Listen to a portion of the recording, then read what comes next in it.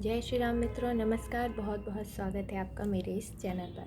प्रतिवर्ष के अनुसार इस वर्ष भी हम सभी दीपावली महापर्व की तैयारियों में लगे हुए हैं। हर वर्ष के हिसाब से इस वर्ष भी धनतेरस के दिन से महालक्ष्मी के 5 दिन की साधना हम सभी प्रारंभ कर देते हैं। जी हाँ, कार्तिक मास कृष्ण पक्ष की त्रयोदशी के दिन से ही प्रथम दिन की पूजन प्रारंभ हो जाती है, जिसे हम सभी धनतेरस के नाम से जानते हैं।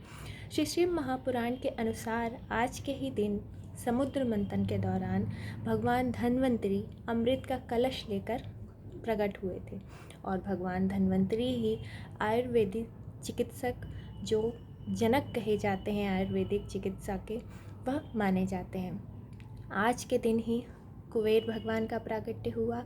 जिस प्रकार माँ लक्ष्मी धन की देवी मानी जाती हैं, उसी प्रकार कुबेर भगवान धन के देवता माने जाते हैं। जिस प्रकार हम महालक्ष्मी की धन के लिए पूजन विधिवत करते हैं, उसी प्रकार आज के दिन गणपति जी के साथ कुबेर भगवान और भगवान धन्वंतरी का हम विधि विधान से पूजन करते हैं।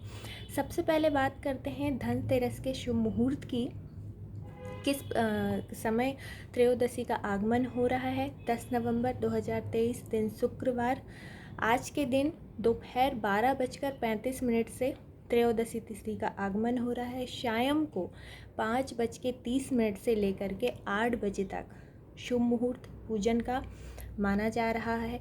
उसके बीच में 6 बजकर लेकर के 8 बजे तक, 6 से 8 के मध्य का जो विशेष मुहूर्त हम जिसे कहें, जी हाँ, वृषभ लग्न स्थिर लग्न मानी जाती है। और स्थिर लग्न में धन धान्य का पूजन, माँ लक्ष्मी का पूजन, भगवान कुबेर के पूजन का बहुत ही महत्व बताया गया है। तो जो शुभ मुहूर्त है वह 5:30 बजे से लेकर 8 बजे तक का है। इसी के मध्य 6 से 8 बजे का विशेष मुहूर्त जो वृषभ लग्न में माना जा रहा है। इसके बाद हम बात करें कि धनतेरस के दिन खरीदारी का बहुत महत्व है। जी हाँ, कई लोग बहुत से बर्तन खरीदते हैं, कई लोग आभूषण खरीदते हैं, सोना चांदी और तरह तरह की चीज़ें क्रय करने का बहुत महत्व बताया जाता है। तो क्या धनतेरस के दिन हम क्या खरीद कर लाएं और उसके पीछे का कारण क्या है कि हमें क्यों खरीदना चाहिए और ख़रीद के ला करके उसका किस प्रकार से पूजन करना चाहिए, इस बारे में हम बात करते हैं। सबसे पहले जो खरीदारी का मुहूर्त है वह दोपहर 2:35 से प्रारंभ होकर 6 बजकर शाम को 40 मिनट तक समाप्त हो जाएगा। इस समय के मध्य आपको जो भी वस्तुएं बाज़ार से क्रय करके लाना है वह आप ला सकते हैं। इसके बाद बात करते हैं कि कौन सी ऐसी वस्तुएं हैं जो आपको अवश्य ही धनतेरस के दिन ला करके घर में रखनी चाहिए। उसमें सबसे पहले आता है कलश। कलश क्यों?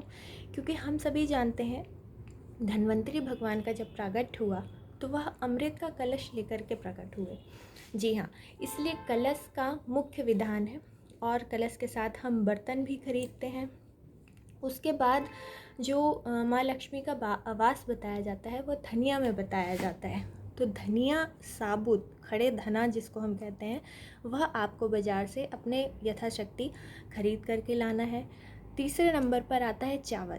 जी हाँ, कुबेर भगवान और माँ लक्ष्मी का वास हमारे यहाँ जो धर्मशास्त्र है उसमें अन्न में उनका महत्व बताया जाता है। तो चावल ज़रूर से, देखिए बहुत से लोग सोचते हैं कि हमारे यहाँ जो चावल हैं रखे हुए हैं उनको ही कलश में भर के हम रख देते हैं। ऐसा नहीं है।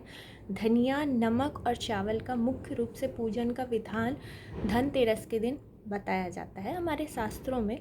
तो चावल आप अपने यथाशक्ति अनुसार थोड़े से धनिया, चावल और नमक, ये 3 चीज़ आपको ज़रूर से ही धनतेरस के दिन खरीद करके लानी है। उसके बाद आप झाड़ू लेकर के आइए। झाड़ू का विशेष पूजन होता है धनतेरस के दिन। और मुख्य रूप से जो पूजन में भूमिका अदा करता है 5 दिन की पूजन, जी हाँ, जो धनतेरस से शुरू होती है 5 दिन के लिए, उसमें विशेष जो भूमिका निभाता है वह श्री यंत्र निभाता है। जी हाँ, श्री यंत्र में साक्षात माँ लक्ष्मी का वास बताया जाता है, कुबेर भगवान का वास बताया जाता है। तो श्री यंत्र आप यथासंभव लेकर के आ सकते हैं। सुमेरु आकार का जो श्री यंत्र आता है वह आप लेकर के आइए, विधिवत उसका पूजन कीजिए और घर में स्थापित कीजिए। अब बात आती है कि पूजन किस प्रकार करना है। जो आपको शुभ मुहूर्त बताए गए हैं, जो विशेष मुहूर्त बताए गए हैं, स्थिर लग्न, वृषभ लग्न में जो मुहूर्त बताए गए हैं, उसमें आपको क्या करना है, जो आपने कलश लेकर के आना है, उस कलश में, एक कलश में आपको शुद्ध जल भरना है, उसमें आपको कुछ सिक्के डालना है और यह कलश आपको भगवान धन्वंतरी को अर्पित करना है। एक कलश में चावल और कुछ सिक्के डाल करके माँ लक्ष्मी के समक्ष रखने हैं। याद रखिएगा, जो चावल और सिक्कों से भरा हुआ कलश है, इसका आपको निरंतर 5 दिन तक पूजन करना है। उसके बाद जो धनिया है, जो साबुत धना हमने मंगाए हैं, वह आप माँ लक्ष्मी जी को अर्पित कर सकते हैं। और जो मुख्य है श्री यंत्र का पूजन, उसको दूध और जल से स्नान कराकर किसी पात्र में रख करके कम से कम 13 बार आपको सिंदूर उस पर रोली आपको श्री यंत्र पर माँ के नाम लेकर के अर्पित करनी है और श्री सूक्त का पाठ करना है। उसी तरह पूजा के प्रारंभ में ही आपको क्या करना है, एक कटोरी में सेंधा नमक लेकर के उसको रख देना है और जब आपका पूरा पूजन समाप्त हो जाएगा, उसके बाद आप पूजन के बाद जो पूजन का दिया आपका समाप्त हो जाएगा, उसके बाद आपको वह नमक की कटोरी उठाना है, आपके पूरे घर में एक क्लॉकवाइज घुमाना है और उसको मुख्य द्वार पर आपको रख देना है। दूसरे दिन, जो धनतेरस का दूसरा दिन होता है, उस दिन प्रातःकाल आपको उसको किसी पानी में डाल करके किसी वृक्ष पर आपको विसर्जित कर देना है।